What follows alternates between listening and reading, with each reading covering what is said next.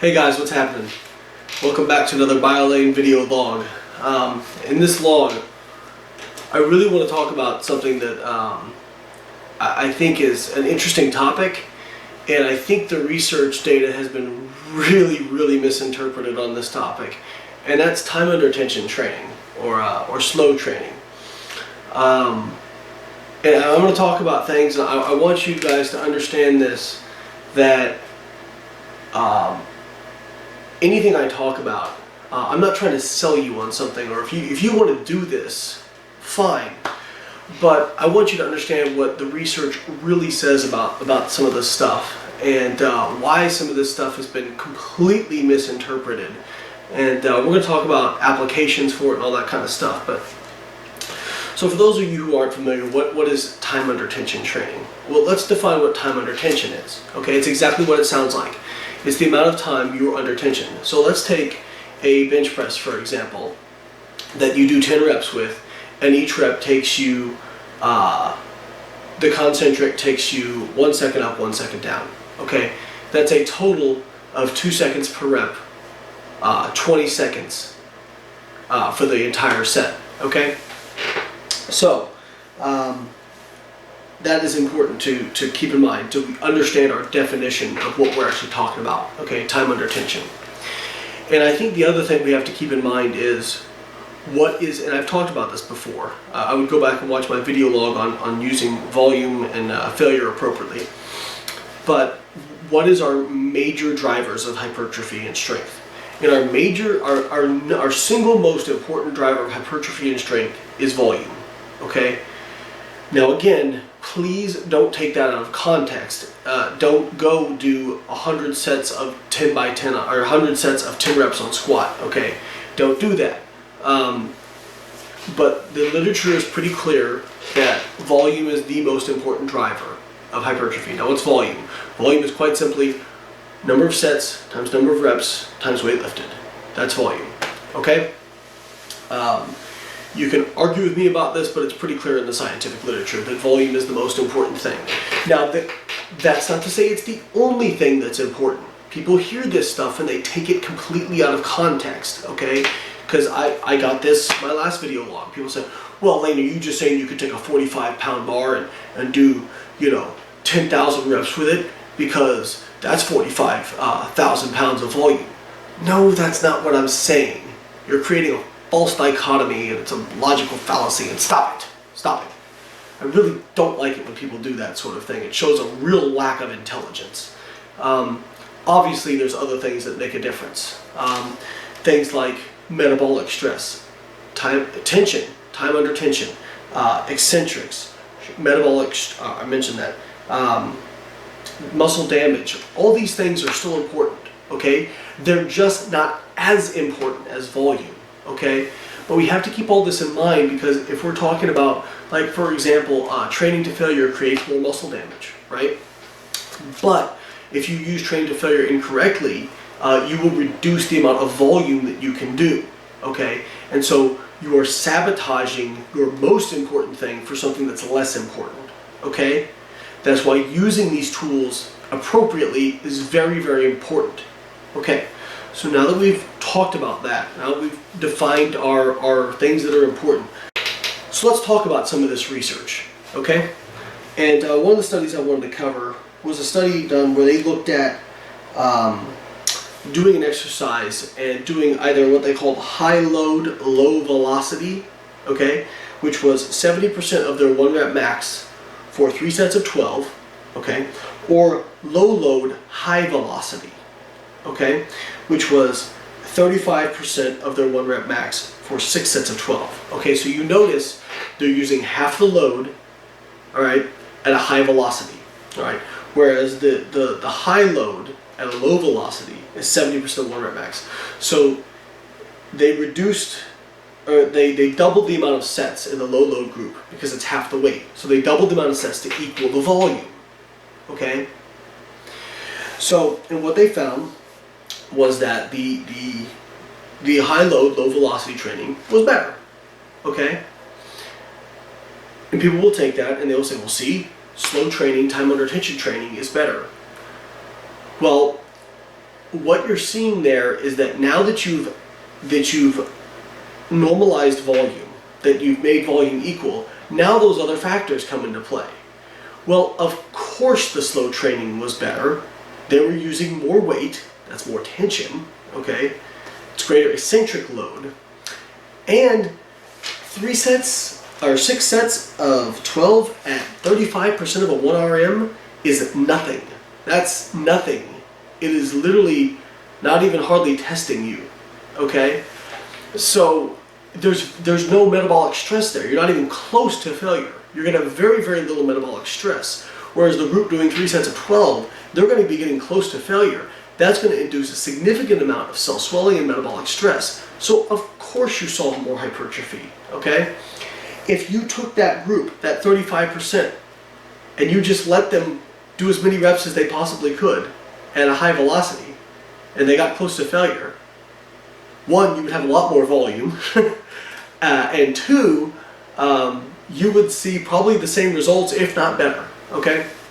There's another study I want to talk about that I think actually shows this better, and that was by Dr. Stu Phillips.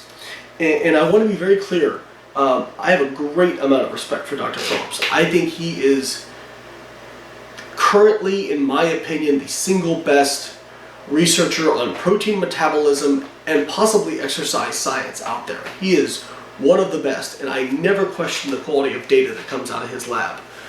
So when I provide criticism here, I want you all to understand this is not me criticizing Stu.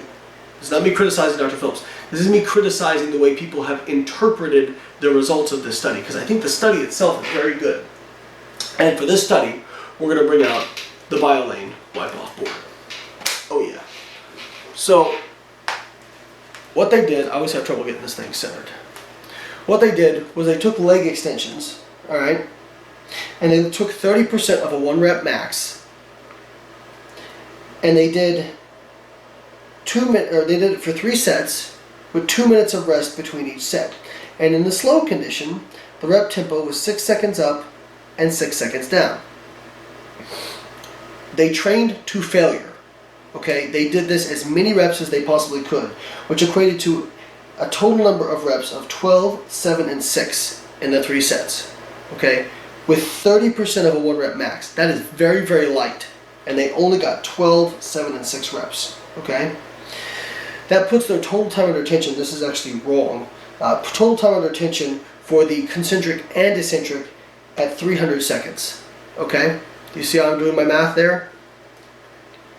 Okay, because you have 25 total reps, and if each rep is taking you 12 seconds to complete, then you're looking at 300 total seconds.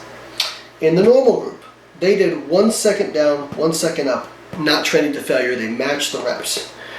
In this study, okay, they matched the reps, so they only did 1 second up, 1 second down of 12, 7, and 6 reps. So they only did 50 total seconds of time under tension. Okay? And in this study, they saw greater increases in muscle protein synthesis in the slow condition. Absolutely. Absolutely, because you've equated for volume, the volume's the same, and now in the slow condition, you're going to get a greater amount of metabolic stress. You're training to failure. Okay, you're inducing more muscle damage, more metabolic stress by training to failure. Absolutely, you're going to see better results that way.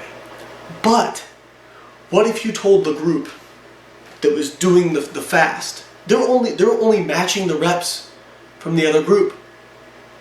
What if they did as many reps as they could? What if they went to failure? Okay, 30% of a 1 rep max is a very low load.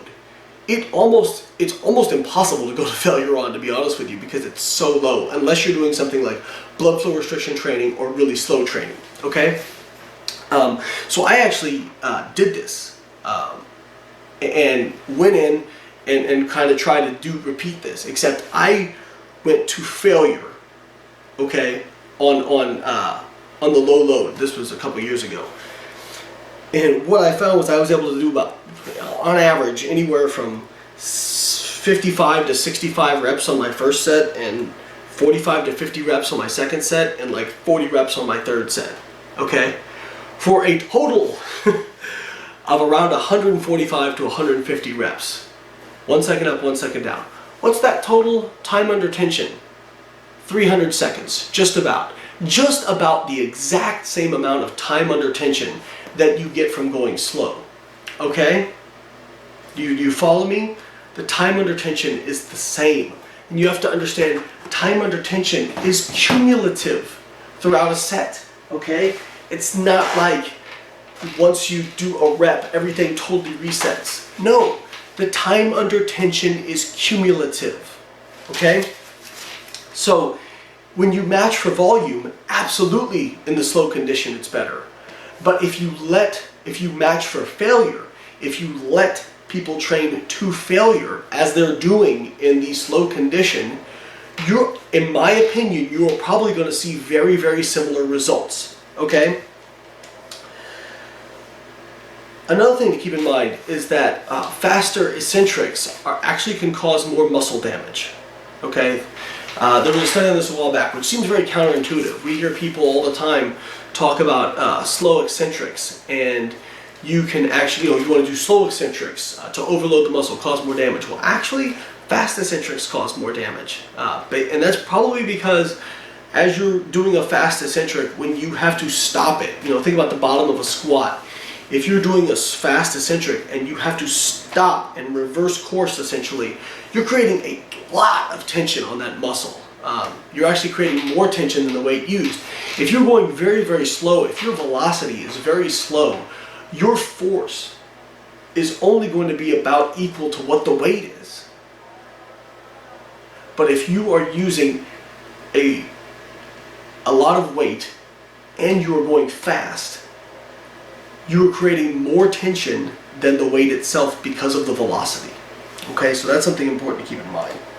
And one more study I want you guys to keep in mind was another study looking at momentum in lifting. Because I think this kind of ties in with people talking about using time under tension and super slow.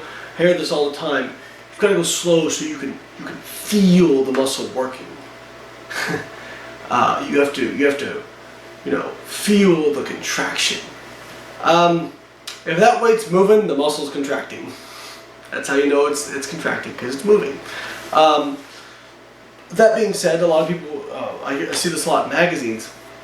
If you don't go slow and you don't remove all momentum, you won't target the target muscle optimally. I mean, that sounds nice, but again, as a scientist, my job is to question everything. And there's actually a research paper that just came out in the European Journal of Applied Physiology, and they developed a model where they looked at using a lot of momentum, a little bit of momentum, medium amount of momentum, no momentum, and what they found was actually the most optimal way to produce peak activation and peak force was on a muscle was by using a modest amount of momentum. And because one, if you can use heavier weight, so it's more force. Now, if you use too much momentum, they found that you took the activation off the target muscle. So that is true to a certain extent.